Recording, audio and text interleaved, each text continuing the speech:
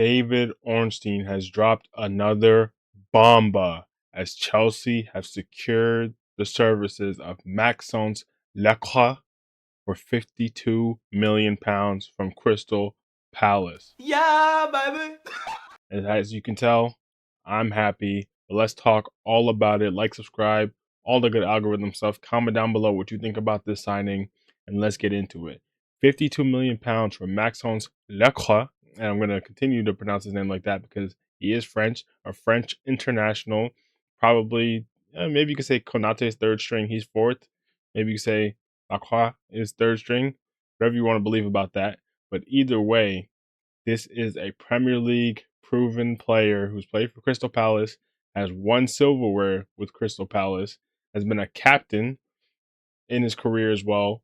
A lot of experience. I believe he's 26 years old, around there, entering his prime.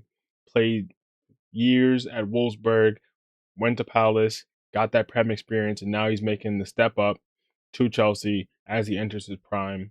This could be a massive signing. And for me, let me just start right off the bat. I believe this is the most important signing we've made this summer. That might sound crazy. I know we signed Morgan Rogers for £117 million, which is, goodness. Hey, I'm happy about the Rogers signing, don't get me wrong, but £117 million is crazy. But if we're looking at what Chelsea need this summer, obviously we needed to address the left wing area. We had a major deficit in that area, trying to cycle between Pedro Neto, who may be a bit disrespectful to compare him to the next name I'm about to say, but still was not that functional as a left winger. Alejandro Garnacho. I mean, the name says all it has to say, and I'm not going to give him his own dedicated video. Doesn't even deserve it, but just to say he's going on loan to Villa. Hopefully becomes permanent. We're happy about that. Let's go. Garnacho out the door. But Jamie Bino Gittins, who just became Jamie Gittins, I believe, he was injured for half the season. The options were very slim out on that left wing. So, of course, that needed to get addressed. We bought Morgan Rogers, but for me, he's not an out-and-out left winger. He makes more sense if we transition to the twin 10 system and a 3 at the back. Big signing, massive signing. I understand the point of that signing, and hopefully Morgan Rogers goes on to do amazing things for Chelsea. But for me, if you look at Chelsea last season, we had our issues. We had a stretch under Liam Rossini where we couldn't score goals, and yes, that was a problem. But the main thing that cost Chelsea time and time again, actually, to be fair, the main thing was red cards, and goodness, it was rough. Hella red cards last season. Hopefully we get that under control as well. And Lacroix also is a leader. We're going to be a leader at the back. Hopefully bring a little bit more calm to the situation. But speaking of that, the main thing that I was initially going to bring up is just an abundance of bozo moments in our defense. If you look back last season, there were plenty of games where Chelsea were looking good. We were doing well, playing around teams, scoring goals, and all of a sudden you have this guy or this guy fumbling, getting absolutely done in, passing to the other team, passing short, just basically any mistake you can probably think of, we made it at the back, especially. And we just conceded goal after goal that we really just did not need to concede. And it was painful. It was very painful to be a Chelsea fan last year because we were self-sabotaging constantly, game after game. So for me, looking at the season we were having, especially because Levi Colwill was injured and the center back situation was looking rough because we weren't bringing one in, and that's what Enzo Maresca asked for. And Maresca had his other issues, but one thing we can all agree is that he needed a center back to come in and marshal that back line. We're not talking about bringing in a Sar who is a young guy. He's not going to be the leader of the back line just like that. Bringing in a Lacroix who's 26 years old.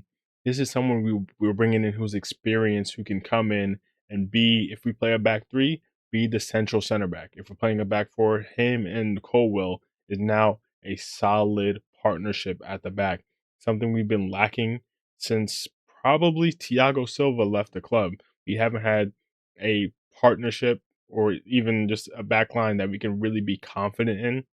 Of course, if we still have Robert Sanchez in that, there's still questions about that. I know that, but having center backs in front of him can make the world of difference in terms of settling this back line, especially if we play a back three that looks like Colwell on the left, Lacroix in the middle, Reece James on the right, which is a potential lineup we could go with. That's experience. We got our captain back there. We have a great ball player and Colwell as well. That's a tasty back line. Even if you want to go Hato, Colwell, and then Lacroix on the right, it gives us options, but even that's more settled than the abundance of backline members that we had last season that were spooky. And I just want to take a look at them just so we could really look at what we're talking about here at Chelsea. Because although we signed Lacroix, we still need to make some sales because we have way too many players and a lot of players that I personally, and I'm sure a lot of Chelsea fans would agree, do not want to see get any game time next season. Let's talk about them. Center backs. This is just our center back. We have a lot of positions we need to clear out, but let's just talk about center backs. Anselmino, realistically, I don't know how much game time he's going to get. Probably needs a loan. Axel Disasi, he needs to go. Denner, 18-year-old Brazilian, 5'9". I mean, what am I even saying about that? Tosin, Adarbayo, gotta go. Either way, however you say it, he's gotta go. 6'6", barely win a header. Doesn't even matter. Benoit Badiachil, French? Yeah, we got our new French center back. He's gotta go. Levi Colwell, guaranteed starter. Mamadou Sarr, probably gonna go on loan. It's looking like. Trevor Chalobah, the way things are going, if you believe the talks, it looks like he's maybe going to Italy. I'm hearing Inter potentially. Hey, I think out of a lot of these center backs, he actually held it down for us a decent amount last year before his injury.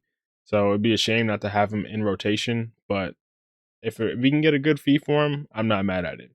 Wesley Fofana, a talented center back, but at least on his day, talented. He has a lot of attributes you would like in a center back, but too frantic. Too the injury record is terrible. He has to go. Honestly, for me, unless he's going to be a fourth string center back, or maybe if you're playing three at the back, then maybe he's one of those guys who can come in. But he needs a more calm head next to him. I do not want to see Wesley Fofana starting for us anymore. I know we spent a lot of money on him, but just it's been an investment that burned us for so long. I just want to make some money back on him while we can, while he's fit, especially. Josh Achimpong, for me, a young guy who I actually want to see stay. I mean, looking at his age, he probably might end up going on loan. I want to see him stay, though, personally. Get a chance at that right center back role. I think that could really suit him, but even then, he might go on loan. So this isn't updated to have Lacroix in it, but Lacroix makes a big difference in terms of raising the starting quality floor and ceiling of our back line.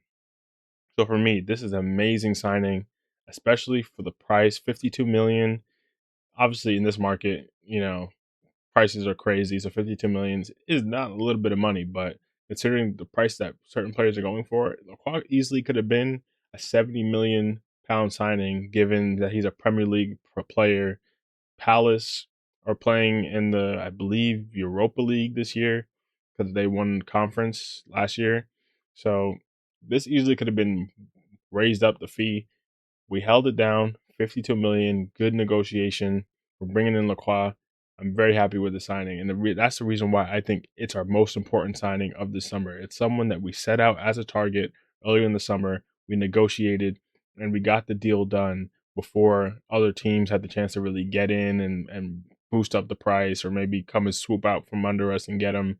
I know we still have to make some sales to make room at the back, but we have at least two starting center backs we can guarantee that are going to be of a way higher quality. If people look at the lineups we were putting out last year, there were way too many instances where I saw Badiashile and Tosin on the pitch together. That should never, ever, ever happen again. So the fact that we have Koval, even if it was Badiashile Fofana or Fofana and Tosin. No, sorry, not Fofana. If it was, I mean, Fofana, throw him in there too, but Badiashile, Chalaba, Tosin. Because those guys were lowering the level of Chalaba. That mixture, we don't need to see that again. Now we have Colwill healthy, and then we bring in Lacroix, who another big part of him is that he's been a very durable player in his career so far. That's something we can bank on. Our back line is going to look night and day from last season. The only signing I believe that can be a more important signing for us this summer, because for me, that spine is so important. Now the spine is João Pedro, Cole Palmer. If you want to play the twin tens, and it's Cole Palmer and Morgan Rogers. But just looking at down the middle, just one really key player, João Pedro, Cole Palmer, Moises Caicedo. Then we have Colwill, Lacroix, and then the goalkeeper position is what it is. Robert Sanchez did look improved last year. Maybe Mike Penders can get a go. We'll see, hopefully. But the only signing that can really, for me, be more important than this signing, or really take us to the next level, is a center mid signing to pair with Caicedo in that pivot. I know right now it's looking like Enzo might stay. It's still up in the air. The Madrid thing isn't going to happen. Looks like they're going to go get Rodri. And I know Xabi Alonso wants to keep Enzo. I think Enzo probably still wants to go. But in that pivot, Enzo, Caicedo, we've seen that it hasn't really worked out in that way so far. Enzo wants to just be further up the pitch. I get that. If we get someone who relishes in being in that injury room next to Caicedo, whether that's Adam Wharton, which probably not given how many players Palace has had to sell already, including Lacroix. If it's a Alex Scott, if it's I don't know Bruno Guimaraes, someone like that. If we can get a signing of that level just to pair with Caicedo, the way I look at Chelsea now, or even last season, versus the way I would look at us going into next season, will be a complete 180. So if we get that midfield signing, I mean, so far, I'm not mad at our business. I think we still have a little bit of work to do. I really want to see what we're going to do with our left side, whether it's going to be Hato out there, whether it's going to be like a Quenda as a left wing back. He's probably going to be right wing back. Or if we play the 4, then I guess Rogers out on the left, Barco at left back, Hato at left back. It's going to be interesting to see what we do. Maybe Pedro Neto left wing back. So I still want to see how we're going to address that depending on the formation we play. Because it seems like we're playing 4 at the back in these behind closed door friendlies. But for me, with Lacroix now in, the center backs, for the most part, looking solid. I know we still meant to figure out a backup situation. To go get a midfielder to pair with Caicedo. Then we have Palmer, Enzo, Rogers, Estaval, Quenda, all these guys who can play in those areas ahead of them. Then we're really looking at something that, I don't want to get too excited. I've been burned before. I'm not going to say we're going to go win the league or anything, but to really compete for Champions League, I want to see that signing get done. That's next up. But so far, I'm not mad at the business. I'm not, 117 million is still crazy, but I'm not completely mad at the business. Let me know, though, what you think down in the comments below. Maxence Lacroix, 52 million pounds. Good signing, bad signing, overpriced. What do you think? Does he fit Chelsea? I mean, I guess you could say everyone's overpriced in the current market, but taking everything into account, what do you truly think about this signing? I'd love to know down in the comments down below. What do you think of Chelsea's window so far with the people we brought in, and also the fact that we let go of someone like a Garnacho? I'm curious what you guys think. But like, subscribe, all the good algorithm stuff, and I'll be back shortly with another video. Peace.